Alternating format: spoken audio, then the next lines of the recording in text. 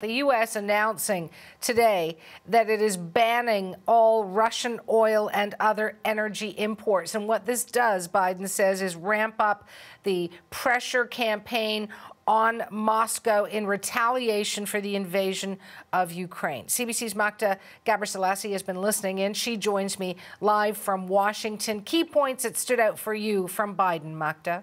Well, he pretty much said that this is the cost for freedom. He says that the U.S. is going to ban Russian oil, gas, and energy, and U.S. American ports will no longer be accepting these supplies. Now, he said he made this decision while consulting with European allies, but he also said he understands that the EU will not be joining in this ban. He says the U.S., produces more of its own supply, can make this decision.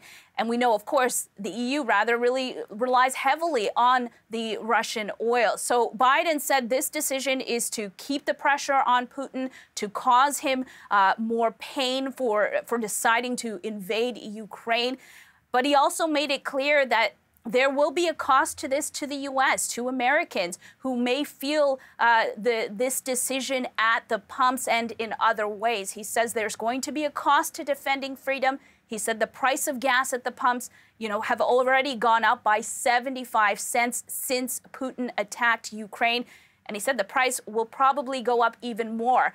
Biden tried to reassure Americans that steps are being taken to limit what they will feel by, he said that millions of barrels in reserves have been released and that the production of oil is being boosted here as well. But he also warned that oil and gas companies, he had a warning for them about price gouging and taking advantage of the current situation.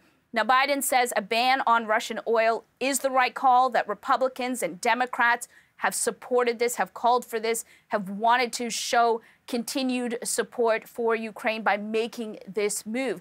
And he said the current economic sanctions on Russia are working, that big businesses are pulling out, and now you have this decision with this ban. Now, he says the current situation really should be a motivating factor for all nations to move towards clean energy so that they don't have to rely on oil and gas from nations like Russia. As for Ukraine, he said the U.S. is going to continue to help Ukraine in several ways. He mentioned the $1 billion already provided for security assistance, and he called for a $12 billion Ukrainian assistance package to be passed with legislation as well. So a lot going on today, but the main point is the U.S. is banning Russian oil imports.